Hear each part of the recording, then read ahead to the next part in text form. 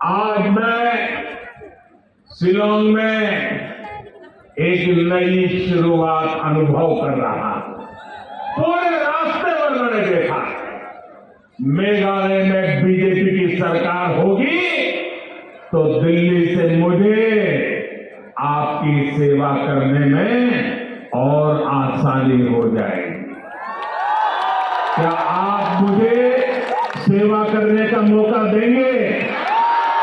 आपकी सेवा करने का मौका देंगे? आपके कल्याण के लिए काम करने का मौका देंगे? मेघालय के विकास के लिए मौका देंगे? आप सभी इतनी बड़ी तादाद में आए, मैं फिर से एक बार मेघालय का सर झुका करके प्रणाम करता हूं।